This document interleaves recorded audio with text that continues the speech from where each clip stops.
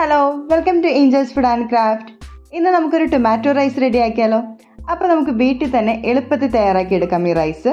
അപ്പോൾ അതിനുവേണ്ടി പാനിലേക്ക് 2 ടേബിൾ സ്പൂൺ സൺഫ്ലവർ ഓയിലും 1 ടേബിൾ സ്പൂൺ നെയ്യും കൂടി ചേർത്ത് കൊടുത്തിട്ടുണ്ട്. ചൂടായി വരുമ്പോഴേക്കും 1/2 ടീസ്പൂൺ കടുകിട്ട് പൊട്ടിക്കാം. കടുക് ഒന്ന് പൊട്ടി വരുമ്പോഴേക്കും നമുക്കിതിലേക്ക് ഉഴുന്നും പരിപ്പും ചേർത്ത് കൊടുക്കാം. 1/2 ടീസ്പൂൺ വീതമാണ് ചേർക്കുന്നത്. നമ്മുടെ ഉഴുന്ന് പരിപ്പൊക്കെ ഒന്ന് മൂത്ത് വരുമ്പോഴേക്കും നമുക്കിതിലേക്ക് വറ്റൽമുളക് 2 വറ്റൽമുളക് ചേർത്ത് കൊടുക്കാം. ഇതൊന്ന് മിക്സ് ചെയ്ത് ചേർത്തതിന് ശേഷം ഇതിലേക്ക് 1.5 ടീസ്പൂൺ ഇഞ്ചി വെളുത്തുള്ളി ചതച്ചത് കൂടി ചേർത്ത് കൊടുക്കാം. ഇഞ്ചി ചതച്ചതൊക്കെ ഒന്ന് വാടി വരുമ്പോഴേക്കും ഇതിലേക്ക് 2 പച്ചമുളക് കൂടി നമുക്ക് ചേർക്കാം. കൂടെ കറിവേപ്പില കൂടി നമുക്ക് ഈ സമയത്ത് ചേർത്ത് കൊടുക്കാം. ഞാനിവിടെ സൺഫ്ലവർ ഓയിലും നെയ്യുമാണ് ചേർത്തിരിക്കുന്നത്. അതിന് പകരമായിട്ട് നമുക്ക് വെളിച്ചെണ്ണ യൂസ് ചെയ്തും ചെയ്യാവുന്നതാണ്. ഒരു വലിയ സവാള ചെറുതായി അരിഞ്ഞത് നമുക്കിനി ഇതിലേക്ക് ചേർത്ത് കൊടുക്കാം. സവാളയൊക്കെ നല്ലപോലെ വഴന്നു വന്നതിന് ശേഷം നമുക്കിതിലേക്ക് പൊടികൾ ചേർത്ത് കൊടുക്കാം.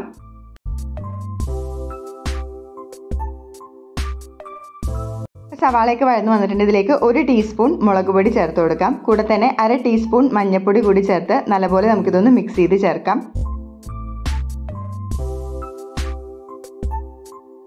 ഇനി നമുക്കിതിലേക്ക് തക്കാളി അരിഞ്ഞത് ചേർത്ത് കൊടുക്കാം. 3 മീഡിയം സൈസ് തക്കാളിയാണ് ഞാൻ ചെറുതായിട്ട് അരിഞ്ഞെടുത്തിരിക്കുന്നത്. അത് നമുക്ക് ഫുള്ളായിട്ട് ചേർത്ത് കൊടുക്കാം. നമുക്കിതെല്ലാം കൂടി നല്ലപോലെ ഒന്ന് മിക്സ് ചെയ്ത് ചേർത്ത് കൊടുക്കാം.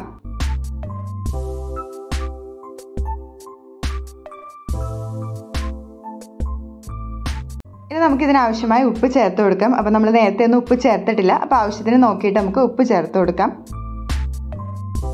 നമ്മുടെ ഈ തക്കാളിയൊക്കെ നല്ലപോലെ ഉടഞ്ഞ് കിട്ടണം നമുക്ക്. അപ്പോൾ അതിന് വേണ്ടി 1/2 കപ്പ് വെള്ളം കൂടി നമുക്കിതിലേക്ക് ചേർത്ത് കൊടുക്കാം.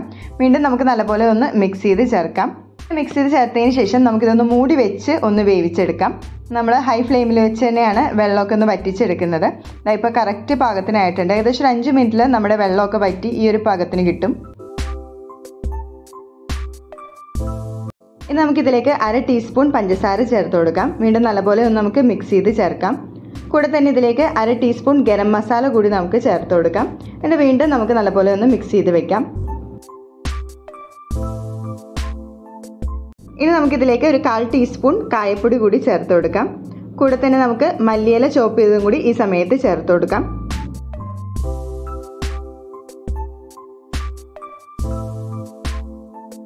ഈ സമയത്ത് നമുക്കിതിലേക്ക് വേവിച്ച് വെച്ചിരിക്കുന്ന റൈസ് ചേർത്ത് കൊടുക്കാം. അപ്പോൾ നമ്മൾ ബിരിയാണി അരിയാണ് എടുത്തിരിക്കുന്നത്. ഓൾറെഡി ഉപ്പിട്ട് വേവിച്ചതാണ്. അത് നമുക്കിതിലേക്ക് ചേർത്ത് കൊടുക്കാം.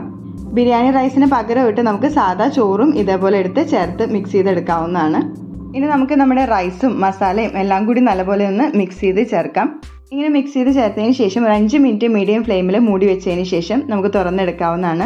ലാസ്റ്റ് കുറച്ച് മല്ലിയില കൂടി ഇതേപോലെ ഞാൻ സ്പ്രെഡ് ചെയ്ത് കൊടുക്കുന്നുണ്ട്. അപ്പോൾ നമ്മുടെ ഈസി പീസി ആയിട്ട് റെഡിയാക്കാവുന്ന ടൊമാറ്റോ റൈസൊക്കെ ഇവിടെ റെഡി ആയിട്ടുണ്ട്. അപ്പോൾ എല്ലാവരും തീർച്ചയായും ട്രൈ ചെയ്ത് നോക്കുക. നമ്മുടെ ഈ ടൊമാറ്റോ റൈസ് കറിയൊന്നും ഇല്ലാതെ ഇങ്ങനെ തന്നെ കഴിക്കാനും നല്ല അടിപൊളി ടേസ്റ്റ് ആണ്. വേണമെങ്കിൽ സൈഡായിട്ട് അച്ചാറും റൈത്തയും കൂടി കൊടുക്കാം. അതും നല്ല അടിപൊളി കോംബോയാണ്. ഞാനൊരു പീസ് ചിക്കൻ ഫ്രൈയും കൂടി വെക്കുന്നുണ്ട്. നമ്മുടെ അൽഫാം മസാല റെഡിയാക്കി എടുത്ത ചിക്കനാണിത്. ചിക്കൻ അൽഫാം ഉണ്ടാക്കുന്ന വീഡിയോ ഞാൻ ഓൾറെഡി അപ്ലോഡ് ചെയ്തിട്ടുണ്ട്. അപ്പോൾ അതിൻ്റെ ലിങ്ക് ഞാൻ ഡിസ്ക്രിപ്ഷൻ ബോക്സിൽ കൊടുക്കാം. അപ്പോൾ അടുത്തൊരു റെസിപ്പി ആയിട്ട് കാണുന്നവരേക്കും ബൈ. Thanks for watching.